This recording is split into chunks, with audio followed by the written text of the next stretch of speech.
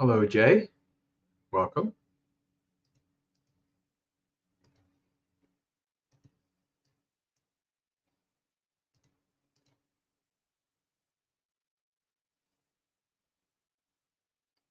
Hello, Risa. Welcome. Hey, Abby. Hope you're doing okay, physical wise, at least today. All right. Hello, Visaka.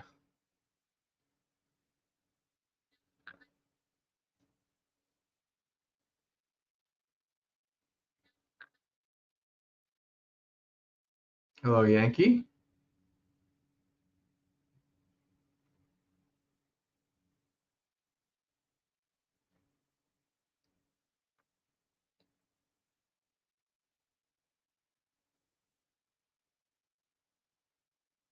Ah.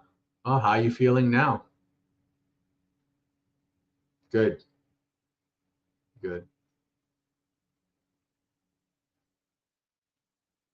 Hello, Steve. Welcome.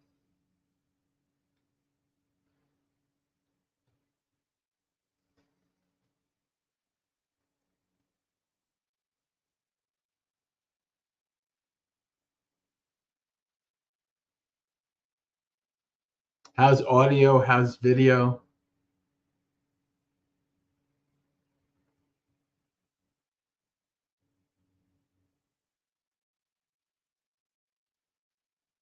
Ah, hello, Gregory. Also, how's the lighting? Do you notice a difference in the lighting at all?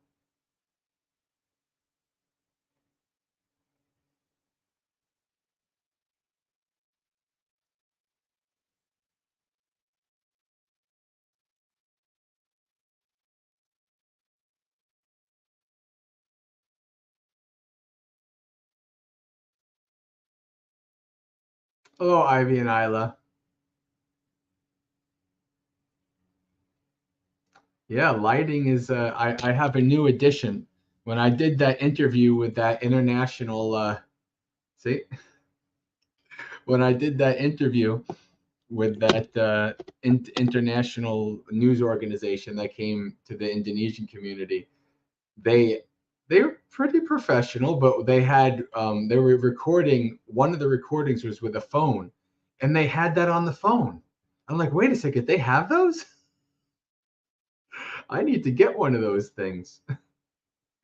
It would be good for for this. So yeah.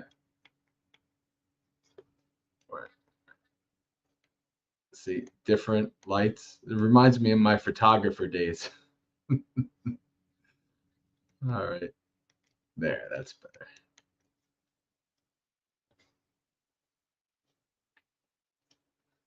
Hello, Karuna. Hello, Louisa.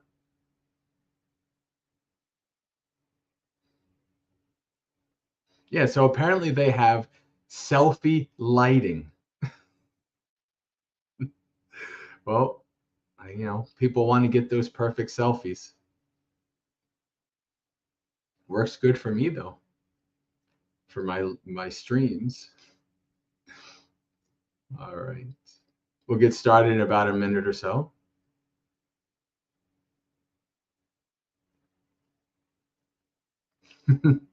We need non-self lighting. Like that meme, not no self stick, and it's the Zen stick. Oh, hello, Ian.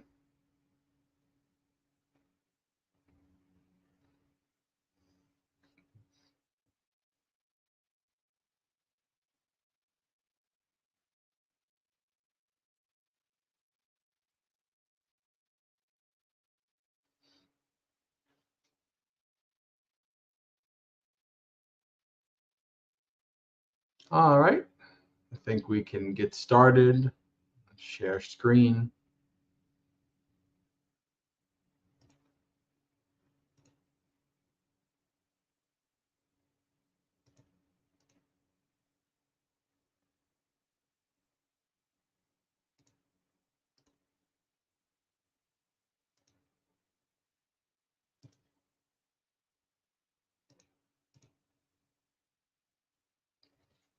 Namo tassa bhagavato arahato samma sambuddhassa. Namo tassa bhagavato arahato samma sambuddhassa. Namo tassa bhagavato arahato samma sambuddhassa. Sukho viveko tuttassa sutta dhammassa passato. Avyapajjang sukhang loke panabhute susamyamo. Sukha viragata loke kamanang samatikkamo. Asmimanassayo vineo etang ve paramang sukhang. Sabbang paravassang dukkang sabbang nissarang sukhang. Sadharane vinhayanti yoga hi durattikkamati.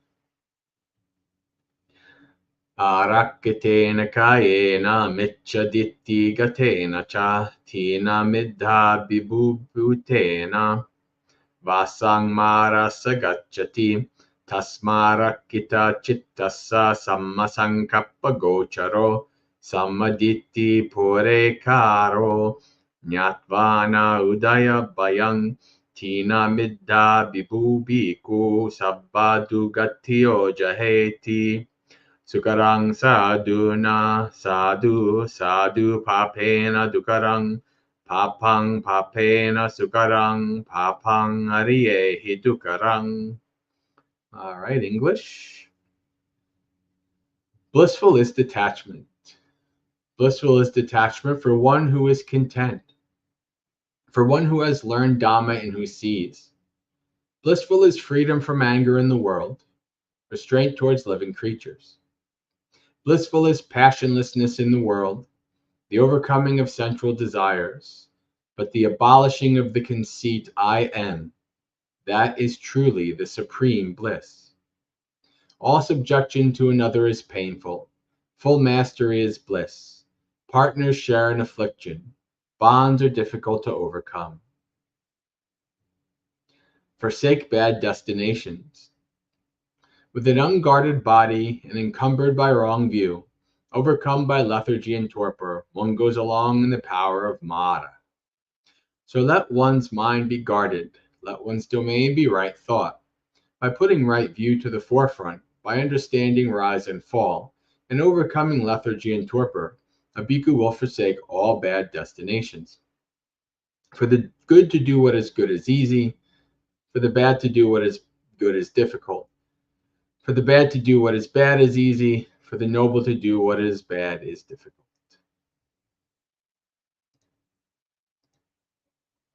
All right, friends, it is Monday night, so that means it is time for another festival of Dhamma with the Maggasekha community. It's time for Dhammapalooza. Each week, Dhammapalooza is a little different because it is a community guided event, which means sometimes it's mostly just question and answers. Sometimes there's no question, it's reading suttas or doing sutta roulette. Very, very rarely there's a Dhamma talk. Somebody has a topic they'd like me to talk in depth about. But it's up to you as the community that is attending this session. So for the next couple of minutes, I'll keep an eye on the chat. If you have any questions you'd like me to answer, you can put them in the chat. If you have any topics you'd like me to give a Dhamma talk on, you can put them in the chat. If you have any sutta suggestions, we can read suttas maybe. We can read suttas that have been suggested, or we can do sutta roulette. You can put that in the chat as well, and we'll see how it goes. We'll see how Dhammapalooza turns out.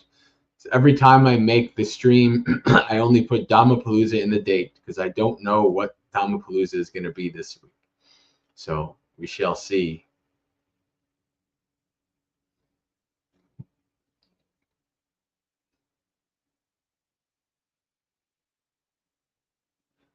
All right. Jay has a good question. If we become a monastic, do we have to give up all our life savings, or can we keep it in the bank for if we ever disrobe? This is a complicated question that has a variety of different perspectives. Most serious places, you use most Thai forest places as an example, you're expected to not have any real money in your name by the time you become a samanera. And ideally, you really shouldn't. Ideally, I think this is actually something that is a valuable thing, right? That you are taking a leap of faith, that you are shutting down.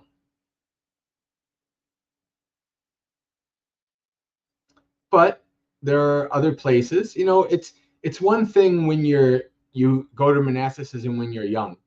It's another thing when you have a pension, a deferred compensation, yada, yada, yada, yada, yada. Like I have still money in what is essentially a retirement account, which I kind of want to give to my nephew, but nobody says, for me, I have to wait until I'm older, I guess. I don't know. And there's a part of me that's like, I don't like having this in my name, but it kind of is what it is. This is the situation. And Ajahn Brahm, I think, also has a pretty wise policy where you actually are not expected to fully give up everything for at least like the first 5 years of being a bhikkhu. Meaning that, hey, when you see enough people go through, you see the majority of people who ordain are not going to make it. And in my experience, the younger, the more chances they're not going to make it. So it's not necessarily a bad thing to have something like that 5-year thing. Is like, okay, if you're still a monk after 5 years, you should be giving it up. Right? At the time of the Buddha, this was, people didn't have pensions and things like that. So it becomes a bit more complicated when you ordain when you're older. But even still, technically, that having a pension or having a deferred compensation in your name is technically not breaking the monastic rules, because it's really not, you don't have the money. It's being like a steward has it. It's more just along the lines of me not feeling like I would like to have something in my name, really.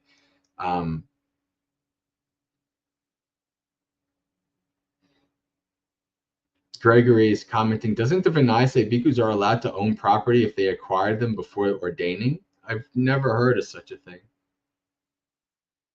Bhikkhus can own 8 things: robes, sewing, a knife for cutting, a water strainer.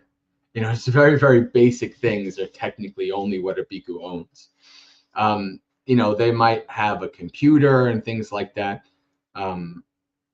That are given to them, and so there's some extra modern things.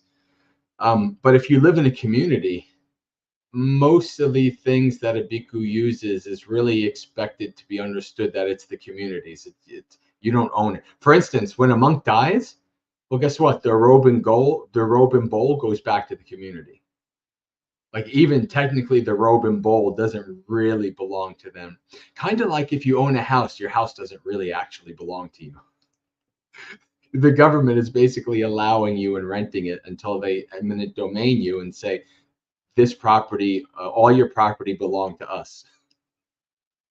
Right? As an old meme goes. So technically, even the robe on my back is really not owned by me.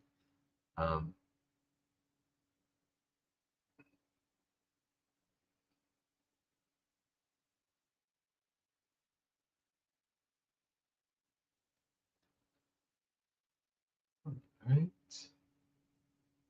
So yeah, what I would say is that really, ideally, you want to.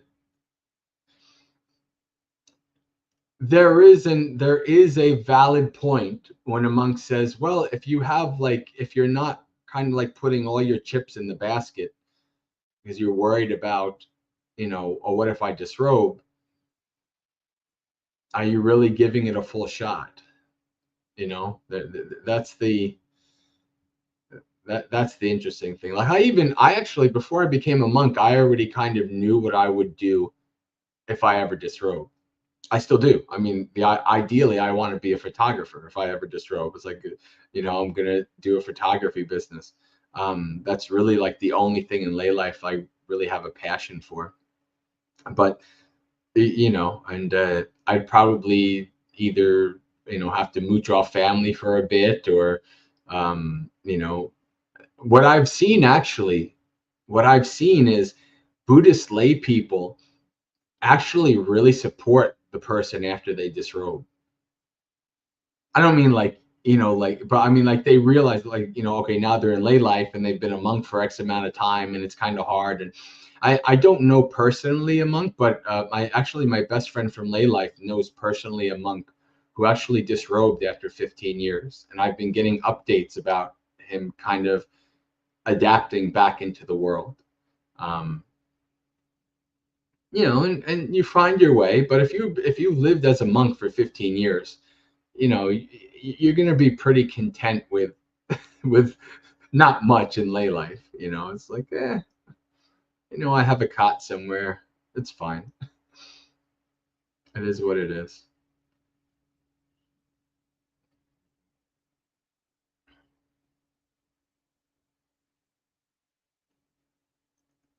Kind of like marriage. You might have to give up a lot to your wife if you divorce. That's the risk. Oh, that's why prenups are there. Yeah, yeah. But yeah, no, I mean, there are things in life where you take a leap of faith. Now, ideally, you're not taking that leap of faith utterly blind, right? You're not just being totally stupid and blind. Like, I mean, for me, this was something that I contemplated for 4 years before I actually was able to do it. Um, you know, I pretty much knew I wanted to become a monk by 2010, but it was only the end of 2014 that I actually went to the monastery. Um, so, it should be a calculated jump, right? Like something you really, really think that you want to do, not a spur of the moment thing, not an emotional thing, not anything like that, but something that you've really kind of contemplated. And then once you do that, it usually turns out all right one way or the other. The most important thing is not to rush in blind.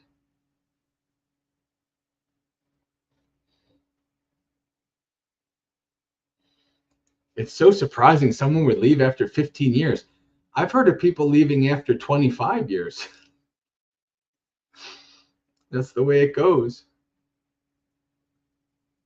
I heard of a monk who was 25 years in the forest, and for some reason he had to come out of the forest, and within a year or two he was disrobed. Right? And that's to me the old out of sight, out of mind. Right? Out of sight is not out of wisdom mind. Right? Out of sight is just simply you don't deal with it. This is why it's funny, like when monks are just like, oh, we have to not be around women or not see women or whatever. Yeah, okay, you go in the woods for 15 years and you see a woman, and all of a sudden you disrobe to get married. Right? Whereas, yeah, it's just so, yeah, I don't subscribe to the whole we have to keep you away from things and then you'll magically just deal with them better. I don't think that actually exists. Which is something that a lot of the Thai forest believes, but I disagree with them in many respects in that regard.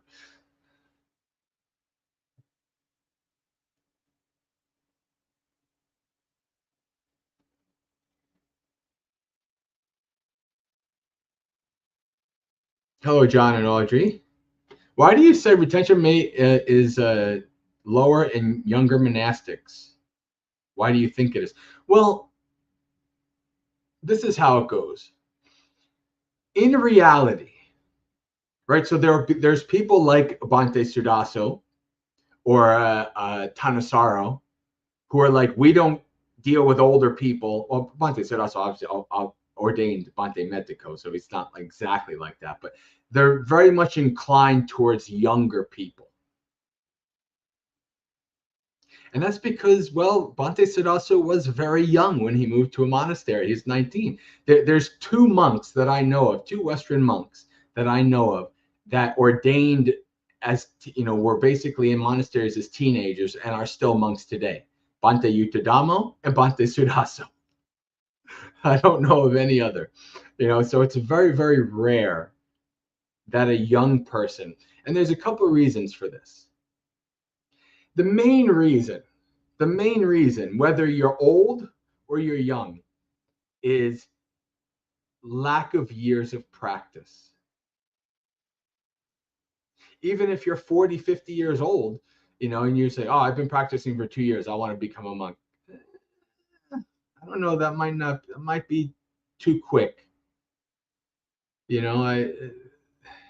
might be too quick, but especially like a lot of the young guys that I've seen that want to become monastics or have become monastics, and many of them have disrobed already. It's a kind of youthful exuberance, right? With a lack of wisdom and a lack of understanding how the world can have its way with you, and even the aspects of kind of missing out on life. I mean, listen, by the time I moved to the monastery when I was 36, I basically experienced everything in life, right? I had a career, I had my own business, I was married, I had lost a spouse. I was like, the only thing that I really like when I looked at it, I'm thinking like, what haven't I experienced that the average 60-something-year-old has experienced? And maybe that is, having a biological child. That's probably about it. But I had basically experienced everything, and I was pretty decent financially. I was basically experienced everything that like the average layperson would be like, oh, this is a good life.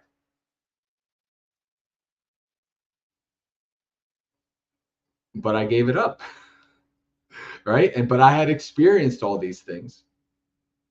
A lot of times it's kind of like, well, if you're young and you've never been married, you never kind of experienced like different milestones in life, that can be a cause for a decision to disrobe. So, when I think about this for like when I become a monastic, in 3 years, really, in 2.5 years, I can ordain people. When I do that, it's like, well, what's my policy? And my policy is probably going to be maybe 5 years of meditation practice or something like that. Not an age limit per se, but at least 5 years, and then living with me for a year or two to see, is this somebody worth ordaining? Are they gonna really stick with it? Which you can never know. You really can never know. Even I can't know that I'll be a monk for life. I don't know. My intuition and everything that as far as I can see into the future, I don't see anything that could disrobe me, but you never know. Something could. I don't know. But I think that an immaturity, a lack of wisdom, lack of experience with the world, lack of years of practice are probably all factors into why young people are. I don't even know. I mean, nobody keeps statistics on these, but in my experience, young people are more likely to disrobe.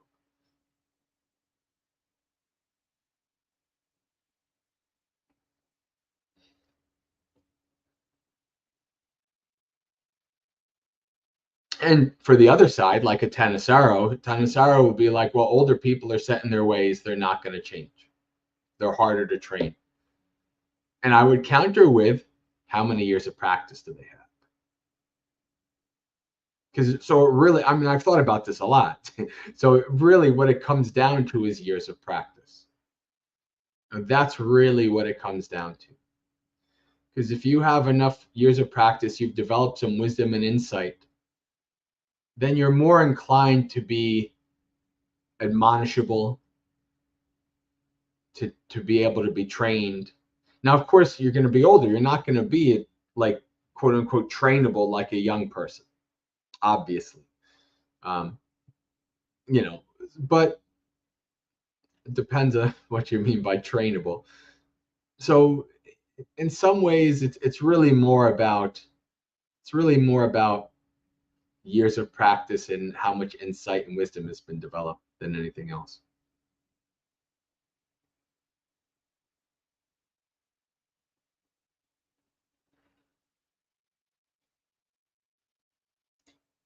When you were contemplating in the 4 years before thinking and doing it, what were the biggest bullet points you were mulling over? So one of the main things that I would do was I would kind of have a scale. I would kind of sit and I'd ask myself the question, what am I more inclined to?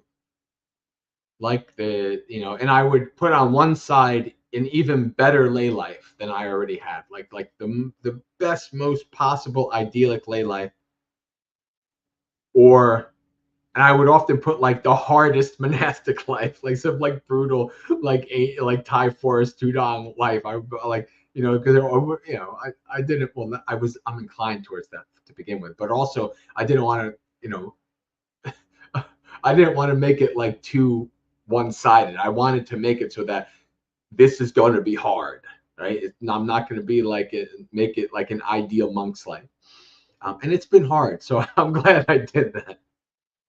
I'm quite glad that I did that. And so what I would do is I just close my eyes and I just watch the inclination. And over those 4 years, all except one time did it incline towards becoming a monastic. That one time was actually closer to the end. This was closer. This is kind of like in the last year or so before I left, when Mara was really ramping up things. I had an intern that worked with me when I was doing the foster and adoptive recruiter, thing. This young woman, and who I spent, over the course of 8 months, I spent hundreds of hours with her because we would do events and public speaking and things like that. And I started to notice that I started having a crush on her. And this was interesting because this was really the first time I noticed I could observe that process as a fairly developed meditator. So it was a real eye-opening, interesting experience for me to do that. And obviously, I was not going to, give up this path that I was on, for this person. I don't know that they wanted me anyway, but it was just in my own mind. You know how the mind goes.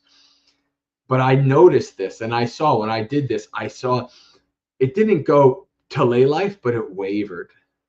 Almost always before it was just like, okay, to monastic life.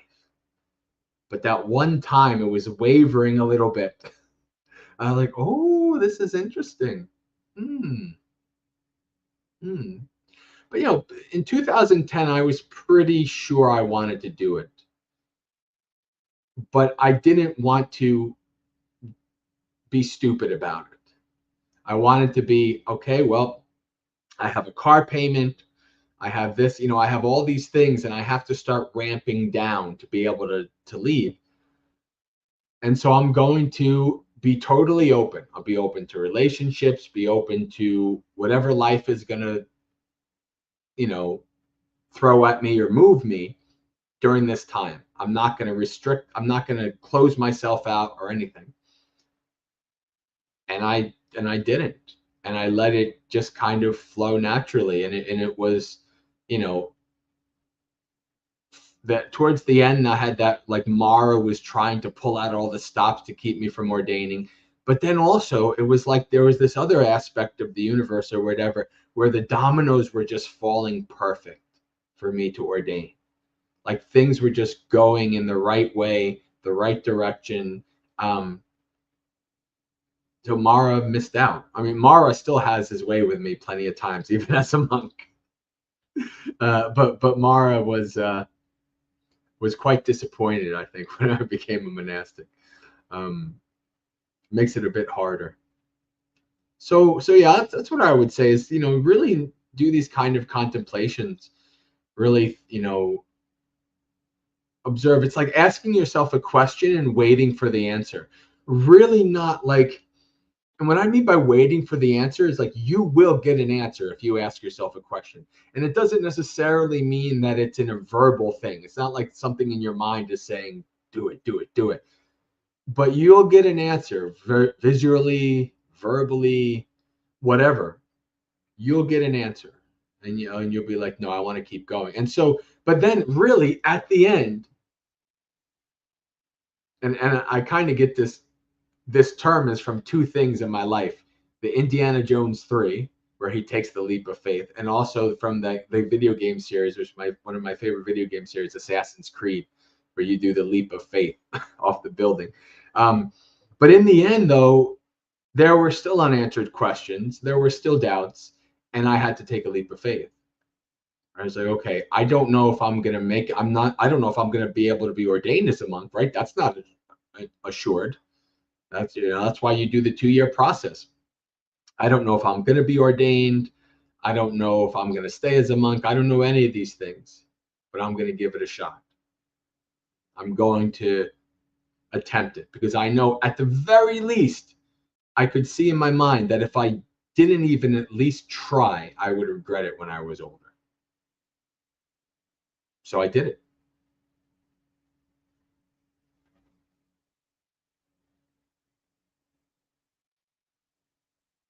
I think that's probably all I have to say about that, unless you have any more clarifying questions. But I see here, I get really stressed out about ramping down, paying stuff off, disentangling from work things, worrying about people. Boy, when I actually took a picture, I have it on my Facebook. Every August I repost it, but I took the picture of are you sure this will be your last paycheck? Are you resigning from Department of Children and Families? Yada yada. And I'm like, yes, cling. Like that was like really, I mean, it was exhausting, like transferring all over my responsibilities to other people. That was the exhausting part. But when I finally was able to, like, basically quote unquote retire, I was like, all right, this is it. I'm done. I don't know what life will, hold for me in the future, but this part of my life is done. And so so that was easy. And the paying stuff off, for me, the main thing was a car payment. I mean, I actually set my time to leave for shortly after my car payment was done, which was March of 2014, like March 17th or something of 2014. And so I actually applied to go to Bhavana like April, something like that. But then they said yes initially, but then something happened, and then they said no, come in September, and then I ended up coming in September.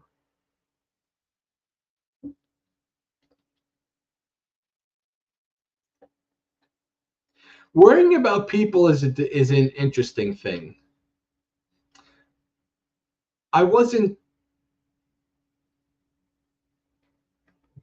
It's kind of weird to say, but I almost equate the experience of losing my wife with the experience of leaving my family.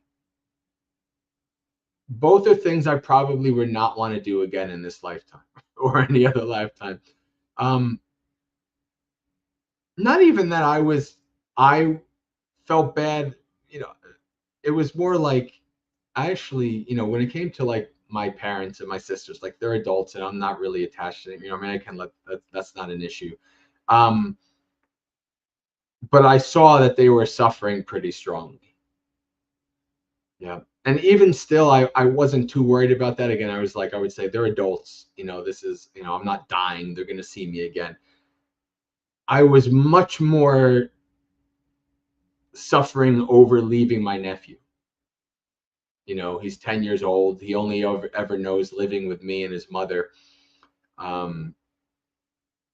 That was pretty rough. And I kind of felt that was probably like the worst feeling, the only thing I really felt bad of about leaving. Um, and he's almost 20 now. He's okay, but he had to go through a couple of years of therapy in the school, and it was pretty rough for a 10-year-old. But later, when he got a little older, I said, I just left when I was your age. My favorite grandfather died, right? Like, and I never saw him again. At least you get to see me again, But I mean, you can't really say that to a 10-year-old who's experiencing such a loss like that. So that was pretty rough for me, to do that. But that was like the only thing that was rough for me. The rest, everything else in life was just, it was just fine. Like, to leave, it was like, see you later, you know. But that was, up until a certain point, the most important thing in my life was family, which makes sense coming from a very close Italian family. Um, but Dhamma had to edge that over, right? Dhamma, especially to become a monk, Dhamma is more important. You have to let go of your family, right? You're going to see them again. And, it's not like, and you still have responsibilities to them when they get older, your parents and things like that. But you do have to be able to make that mental sever that mental thing. You have to be like, okay, this is important. I need to do this, no matter what, I'm going to do this. And so it was rough, but I did it. Yeah. And I don't regret it one bit. Becoming a monk is probably the best decision I ever made in my whole life, without a doubt.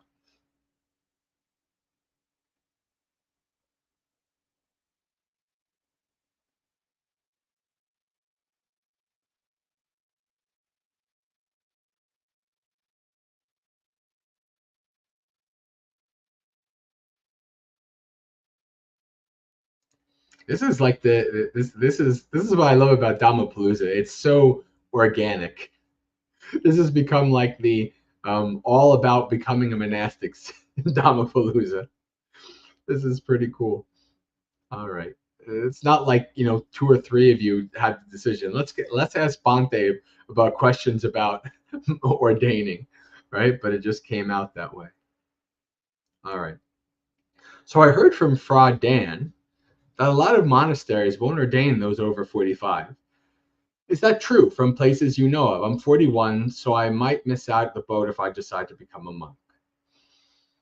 So there's no age limit in the Vinaya. That's the important thing to understand. There's no age limit in the Vinaya. In Asia, it's common for men to like retire to being a monk. There's like all the children are grown.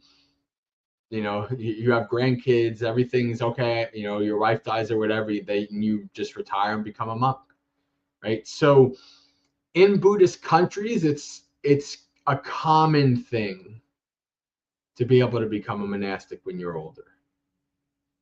Outside of Buddhist countries, it's much less common.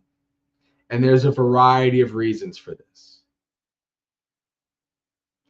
If a monastery is stacked with older people, the costs to maintain those monks, it just increases dramatically. Like, even I saw this at Bhavana. Right? There's like, there were the two young monks, but they kind of, they weren't there long, and then they left, went to Sri Lanka, and then they eventually disrobed. But there was 90-plus-year-old Bante, 75-year-old Bante G, 75-year-old Bante Dhammaratana, almost 60-year-old Bante Silananda with diabetes. So like these three older monks, there's like the special drinks, special foods, special medicines, all of these things. It was like you had to make schedules to make sure the monks had all of the different things that they needed, right? And so like if you have a monastery with all older monks, it's like monetarily, physical support, it's like it's just too much. It's so abbots have to in the West have to think about this. How much support do I have, and how much can I afford to have, a bunch of old sickly monks? So that's an aspect of it. You know, if you ordain a bunch of young guys, well, you don't have to worry too much about health for them for a long, long time. They can be pretty cheap. Um, of course, I mean, I'm going to be 46 in a couple of months, and I'm pretty cheap. Like I don't really have any issues other than no spicy Sri Lankan or Southern Indian food for the most part. But so the older you get, though, the more things cost. So that's a big issue. Then the other part of the issue is that some don't believe that older people can be trained as easy as younger. That's another part of the issue. But what I'll say is this. I actually ordained older than the age limit at Bhavana. And I remember my very first interview with Bhante Ji. It was at my very first retreat, actually, the 2011 Thanksgiving retreat. And I was asking him about ordination. And he's like, well, there's an age limit to 36 and yada, yada, yada, blah, blah, blah, blah. And he's really like discouraging me to ordain. And I had already been reading the Vinaya by that point. So I knew enough to be like, that there was no age limit. So I said, do they have an age limit in Sri Lanka? And he says, you don't want to go to Sri Lanka. All they do is ordain and sit around all day. Right? They don't really, and then he said, if you come and we see you're dedicated and such and such, then maybe we'll waive it. And for 3 years, I came. I was like, for over 3 years, I visited Bhavana like 14 times, a 5-hour trip. Two times a year for a week retreat, 4-day weekends. I was just visiting, practicing, being there. And then, I mean, I took the 8 lifetime precepts with Bhante Ji, got my Pali name. So by the time I put in my application and said, application resident with intent to ordain, they already knew who I was. They just, okay, come on in, give it a shot. So, and this has been the experience of multiple older monastics that I've met. So if they get to know you enough,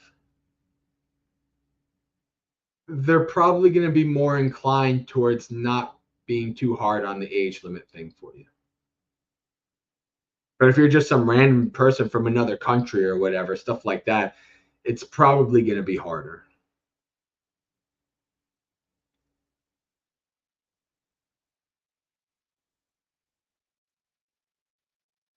You're 41. Yeah, well, I mean, unless you plan on ordaining in Asia, I would be inclined towards looking soon if you really want to ordain.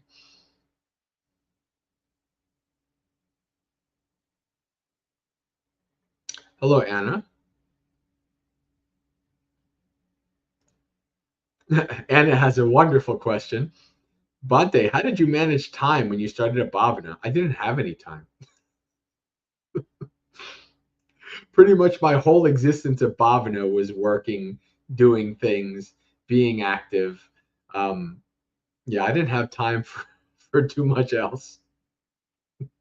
And as the years went by, I had less time.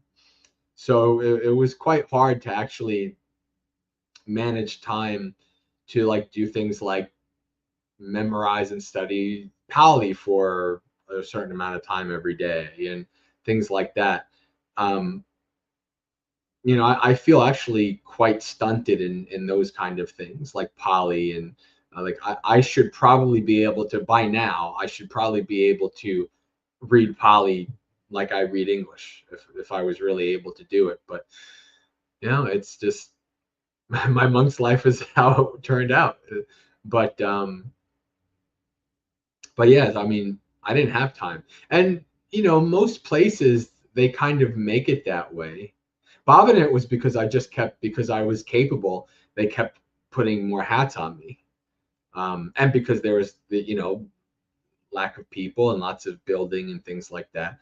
In Thai forest places, you're working a lot too, although they do, um, because they're usually larger, they're a bit more well supported.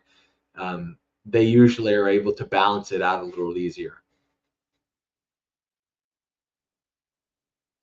But yeah, I didn't have much time time to manage, um, when I started or when I was at Bhavana at all. So really, really, what ended up working for me was, um, all the skills and techniques I learned from my career, where I literally had to use my Google Calendar and, map out by the hour. Sometimes, I mean, obviously, I didn't have to do that necessarily at Bhavana, but in my when I had to see more people, when I had to drive to see more people than there are days in the week, days in the month, yeah, I had to do lots of fancy scheduling and finagling and maneuvering and things like that. Um, so those skills came in handy at Bhavana. I just wish I wouldn't have had to use them, but that's just like many people. I have had many misconceptions about Buddhism as a Westerner. I've had almost all of them. If you name it, I've probably had it at one point. Um, so that's just part of growing.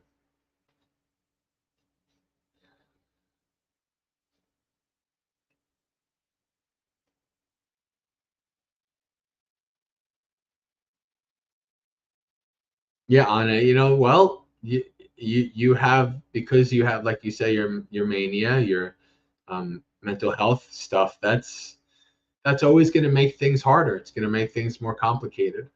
There's no doubt. Um, all you can do is do your best.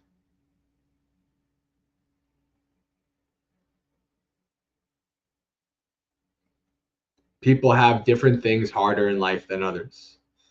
You know, we all have something that's rougher for us than for others. And some people have things that are way rougher for them than others. That's the nature of samsara.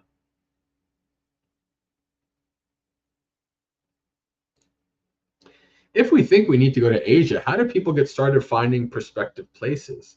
And sorry for the deluge of questions. I'm scared to ask a lot of other people these things. Well, see, this is the tough thing.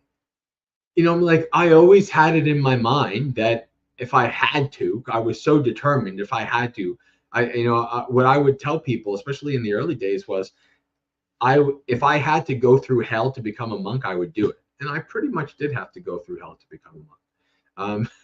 And I did it. I was so determined. I did it anyway. Um, the problem is that, what I would say is, you talk to people who've been to, like, Bhante Siddhasara and Ayasoma have been to many places in Thailand. You try to find, talk to people who might actually have recommendations. Other bhikkhunis. Many of the bhikkhunis who are, from the Amaravati tradition, like the Aya Santusikas and the, Aya Aranya Bodhi, like, these women will probably have good recommendations in Asia. For a woman, it's going to be tougher in Asia because there's going to be less places. Um, at least in, like, especially like Thailand. Um, Maybe in Sri Lanka it'll be a little easier, but, you know, what I usually tell people is, once you're your own monk, you're basically a free agent. And hello, Pranay from Pranay was here for us this morning, for him last night, on Morning Monastery Experience. We've had a couple. We've in the last week or so, we've had 3 or 4 people from India join us in the Morning Monastery Experience. It's quite interesting how the YouTube algorithm works. Um, But yeah, that's what I would say. I would say talk to monastics or people that you know, more, I would say monastics who might have experience in places or recommendations from other monastics they know in those places. That's probably the best that I could give to you, because again, I mean, almost know nothing about Asia. I really don't. I've never been there. I mean, all I know is what I've read or what other people have told me. So I can't really give much advice in terms of Asia. I mean, if I had to have gone to Asia, I don't know what I would have done. I probably, because I knew Ajahn Chah tradition, I probably would have started out with something like Wapanana Chad, or been told somewhere else to go or something. I don't know, but that's about as good as I can tell you. Does USA need a precept lay orders like in Southeast Asia for householders who are too old to ordain? I mean, technically there are 8 precept lay orders. It's like you can technically be an anagarika. Like somebody could be an anagarika and just be that for the rest of their life. Somebody could be a samanera and be that for the rest of their life. Same thing with women. You could be an anagarika or a samaneri and be that for the rest of your life. It is something that you can do.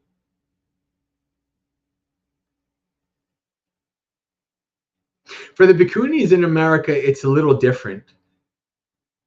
I would say probably like 80+% of the bhikkhunis are elderly. And many of them, well, partially because they didn't even have the opportunity until they were older. Many of them weren't able to become bhikkhunis until they were older. So bhikkhunis, in my experience, tend to range well into elderly years. Now, of course, there's a newer generation like around my age who like Samaneri Tavira and Aya Chitananda, like these women that I've met who are actually able to do what I did, right?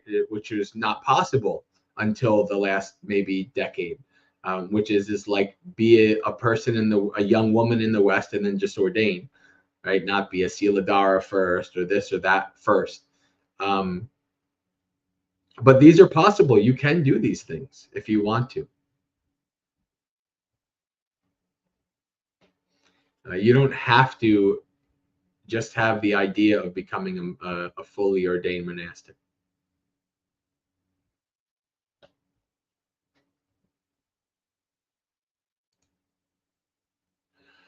I mean, even you could technically, if you're useful enough to the monastery, you could also live in a monastery for years, right? If you're not a burden to the monastery, but you're actually helping and supporting the monastery, there's no time limit. You could say 3 years, 4 years, 5 years, 10 years. I mean, as long as you're not causing any issues and you're a support for the monastery, they will keep you there. They will like want you there. I know, believe me. How many times I fought, I was like, oh no, please, whoa, what can we pay you? I said to at least 2 people, what can we pay you to keep you to make you stay? Obviously, as a we can't pay residents. It was just a joke, but it was kind of me telling them like I really appreciated them being here, and what the support they were able to give to the monastery.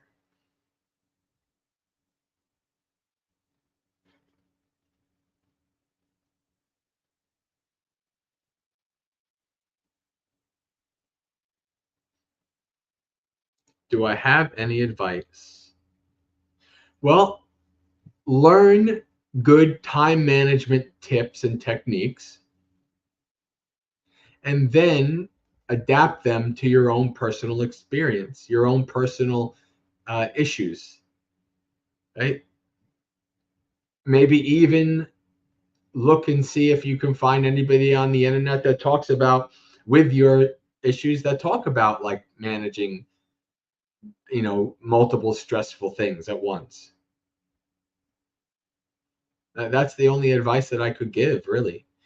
In the end, it just kind of comes down to, this is not going to be easy for me, but I'll just try and do my best.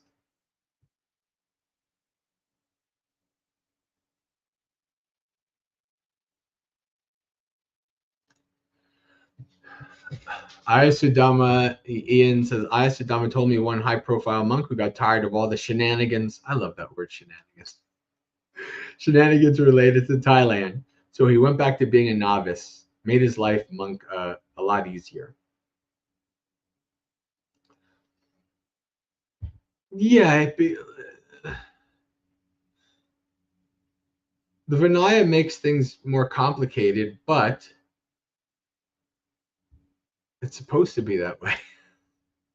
Right? The problem with some like Thailand is like there's multiple layers above, on top and above the Vinaya that make things way more complicated and ridiculous. So I would actually, I'm going to ask Aya about that if she knows the specifics. I would like to kind of wonder what shenanigans were the specifics in that.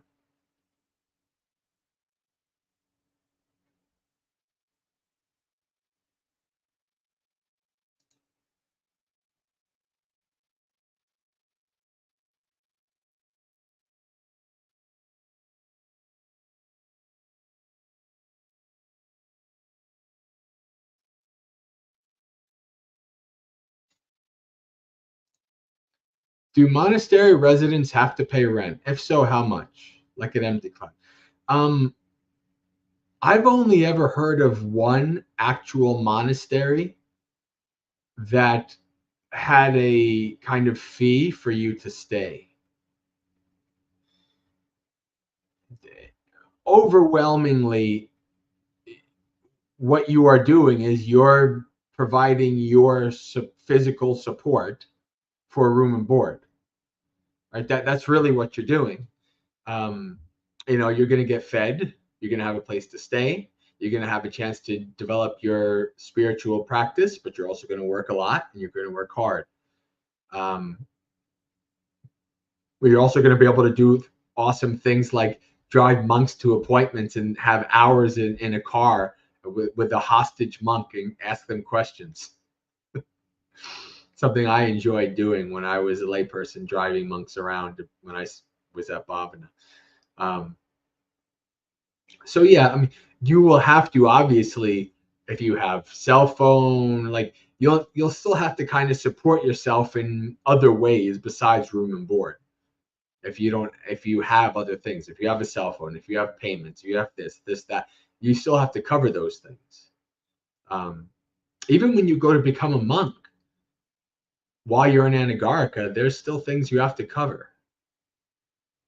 If you have any phone, car, whatever, et cetera, et cetera, et cetera.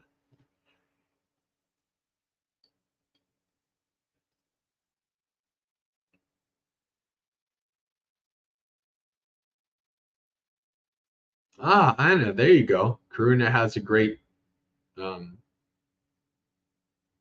recommendation in the chat.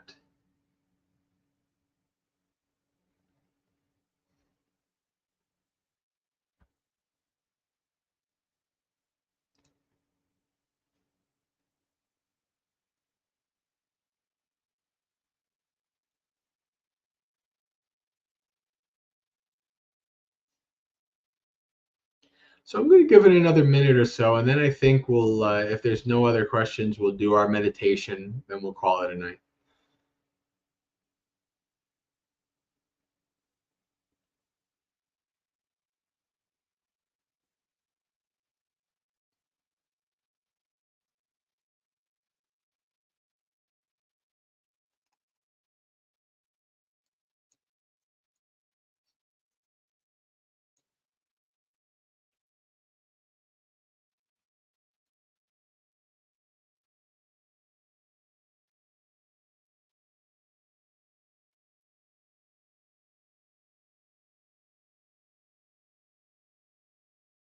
All right. Why don't we meditate for about a half hour or so?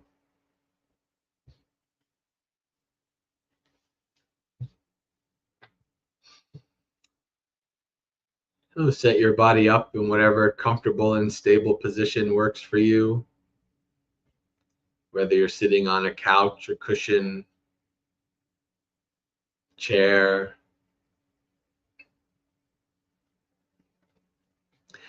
We'll spend a little time doing a mindful scan of the body, starting from the feet, moving up to the head.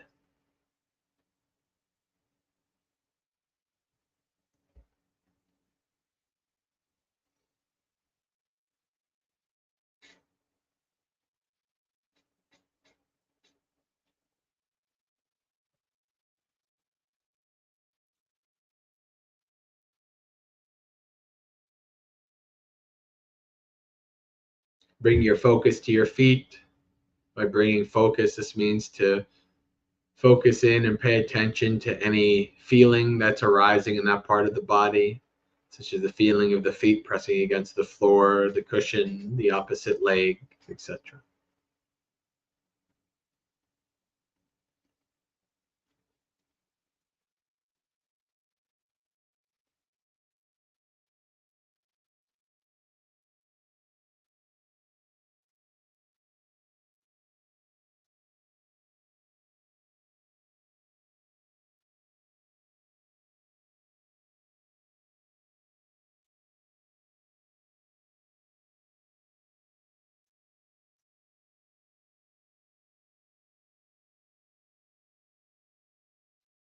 Move up through the ankles into the calves.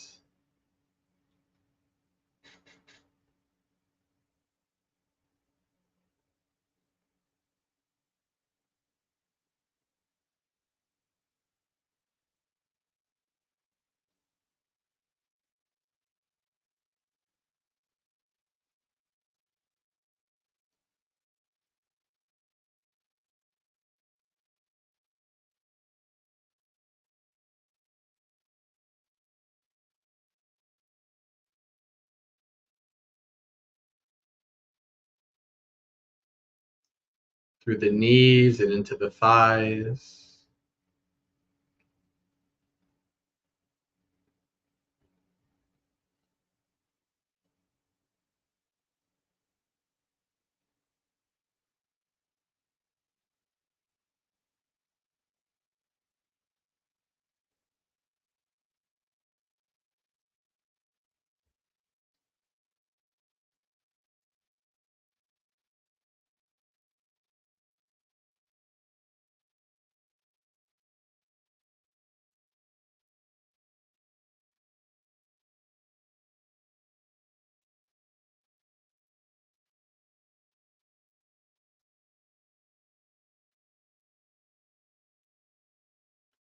Up through to the hips and pelvis.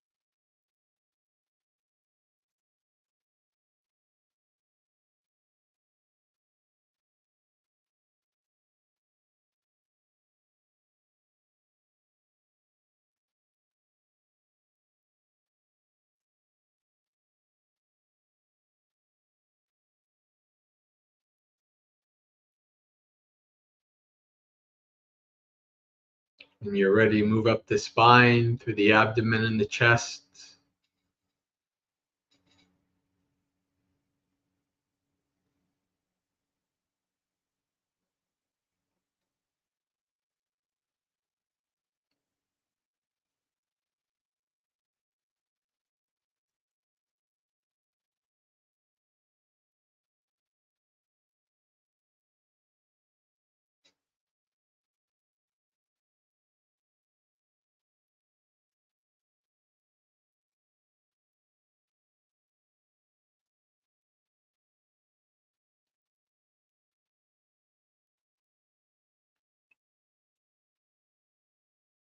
up through to the shoulders.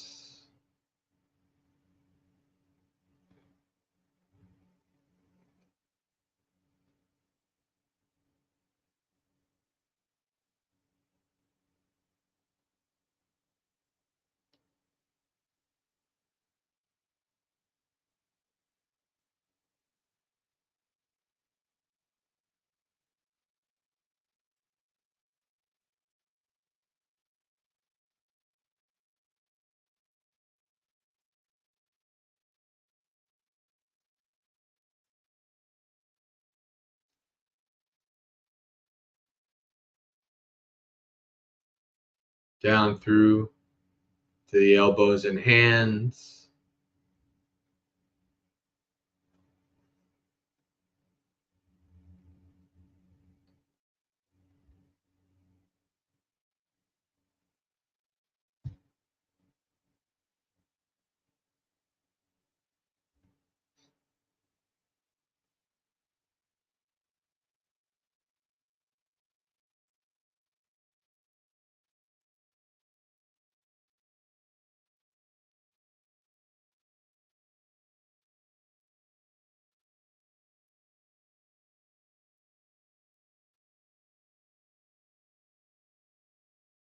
And finally up to the head. Chin parallel to the floor.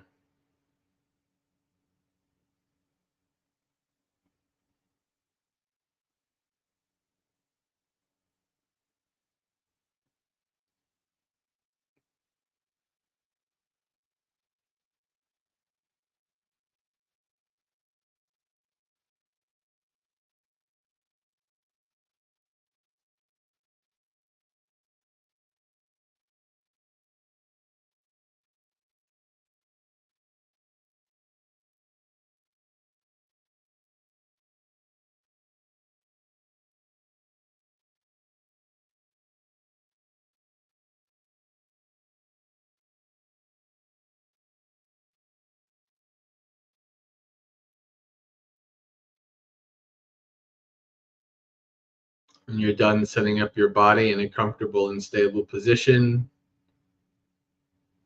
let the body go and take 3 deep breaths.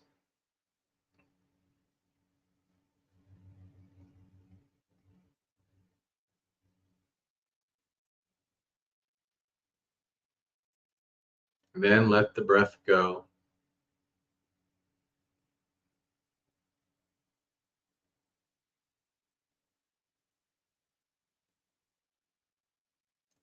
Remember to try not to control your breath. Let your body do what it's designed to do. Your job is to just watch and observe the breath as the body breathes in and breathes out.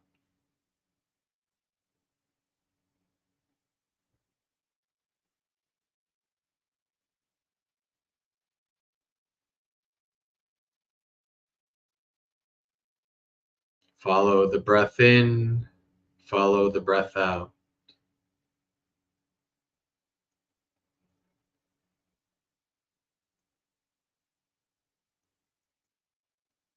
Whether that's at the feeling of the air coming in and out of the nostrils,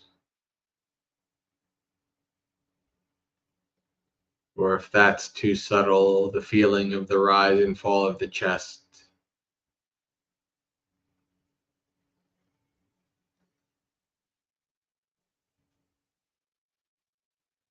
Stay with the breath in and out.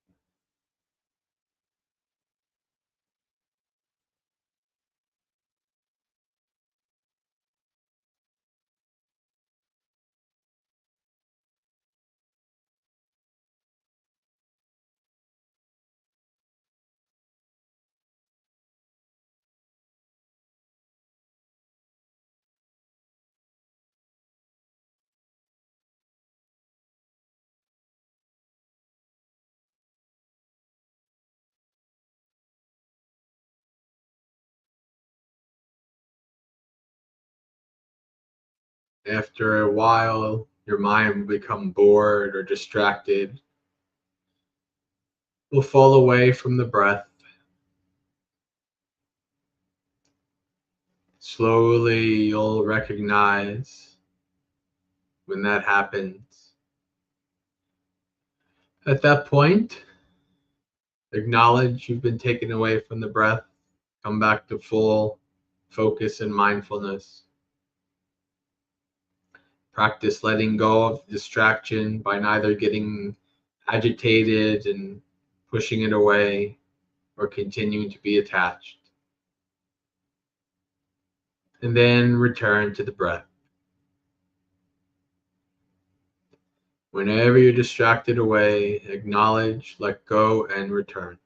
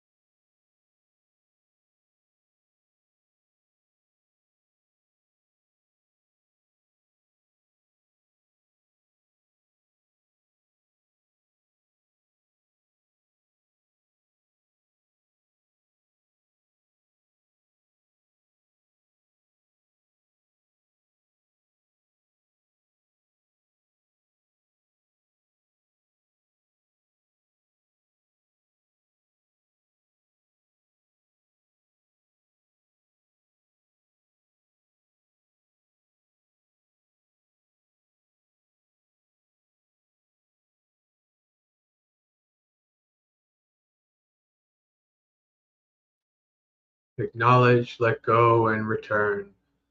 Come back to the breath.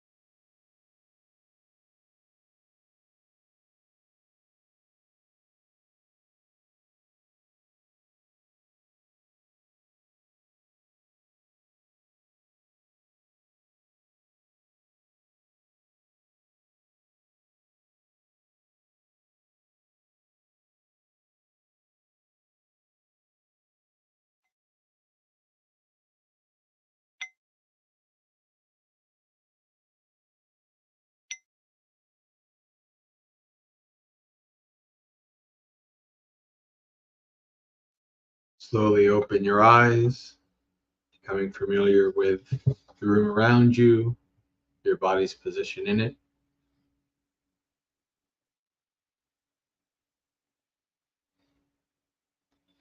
Reflecting on the state of your mind before and after the meditation, and contemplating any experiences that stood out. And while you do that, I'll bring up Dhammapada.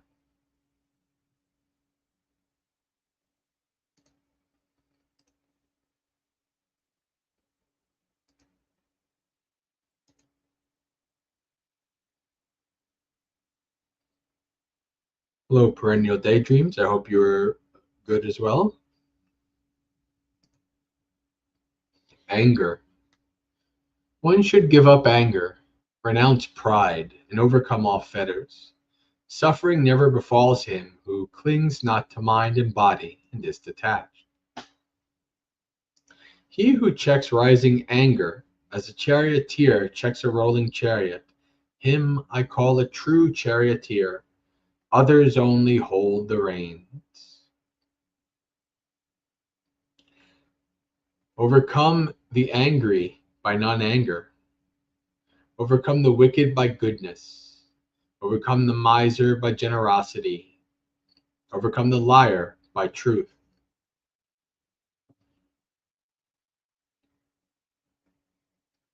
Speak the truth.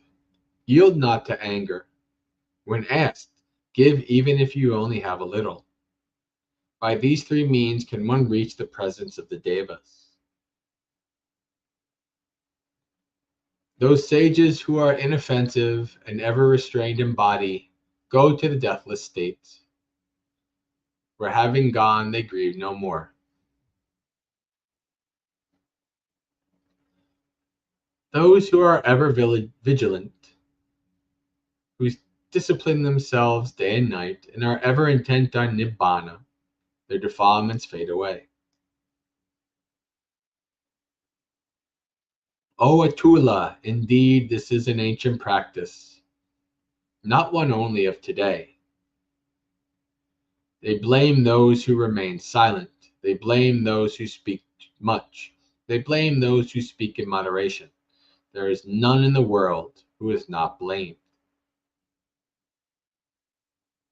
There never was, there never will be, nor is there now, a person who is wholly blamed or wholly praised.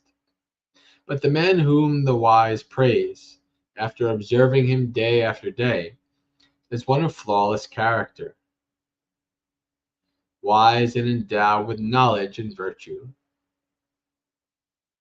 Who can blame such a one as worthy as a coin of refined gold? Even the gods praise him. By Brahma too is he praised. Let a man guard himself against irritability and bodily action. Let him be controlled and, indeed, abandoning bodily misconduct. Let him practice good conduct indeed.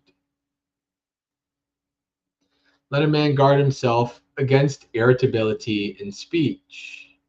Let him be controlled in speech, abandoning verbal misconduct. Let him practice good conduct in speech. Let a man guard himself against irritability in thought. Let him be controlled in mind, abandoning mental misconduct. Let him practice good conduct in thought. The wise are controlled in bodily action, controlled in speech, and controlled in thought. They are truly well controlled.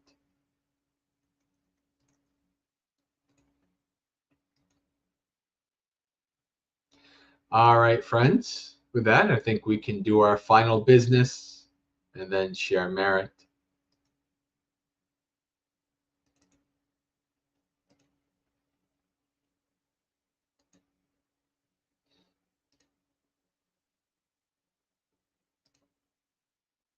So, for those of you who are joining for the first time and you'd like to find out more of the things that I do and my organization, Maggasekha, you can go to the website, Maggasekha.org. It's on the screen right now, Maggasekha.org. This is my headquarters. This is where you will find anytime I do new YouTube videos, live streams, retreats. I have retreats coming up in February and in March. When I write articles about my travels, I just posted a post earlier today with about my friends in the Indonesian community in New York that I stayed with for a month. And at the end of this week, I'm going for 2 months to stay with Bhante Rahula in Western Maryland, a Lion of Wisdom. So you can find out all this information on the website.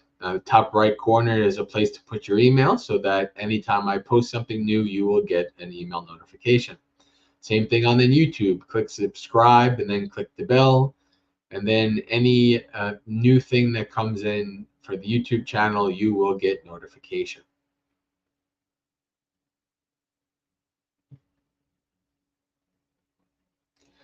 We also have our Maggasekha online community, which is a community on the program called Discord. This is a community that is 8 years old now, or coming close to 8 years old.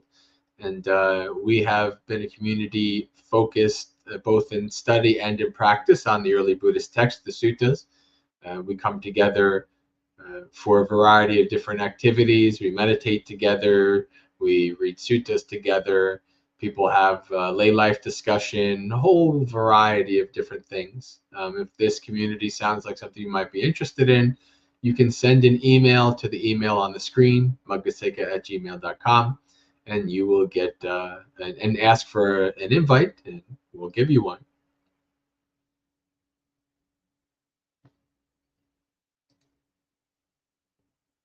And so in terms of activities, all activities are subject to me being in a place where I'm able to do them. There's a wide variety of reasons why I might not be able to do an activity on any one day in my nomad life. That's just how it goes. But the regular schedule, when all things go well, is Monday night Dhammapalooza, 7 p.m. New York time, which we're just completing. Monday through Friday at 8 a.m. New York time, we have our morning monastery experience, where it's a half-hour experience, like if you were to stay at a monastery in the morning, puja, chanting, precepts, little Dhamma talk, etc. Then Saturdays, if you have the Insight Timer program, you can find me at 3 p.m. New York time doing an hour-and-a-half session of meditation, Dhamma talk, and Q&A. And Sunday nights, we on our Discord community, we read the suttas together at 7.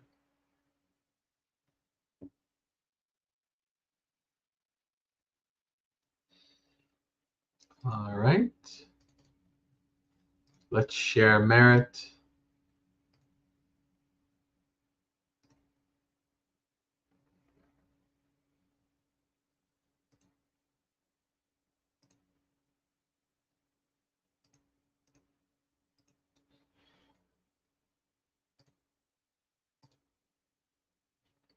Dukkha patta chane dukkha, bhaya patta chane bhaya, sokha patta chane sokha, hantu sabbe pipaniyo, etavata cha mehi sampatam punya sampadam, sabbe deva anumodantu sabba sampatti siddhya, akasata chabumata deva naga mahiddhika punyam tang anumoditva charang rakantu sasanang.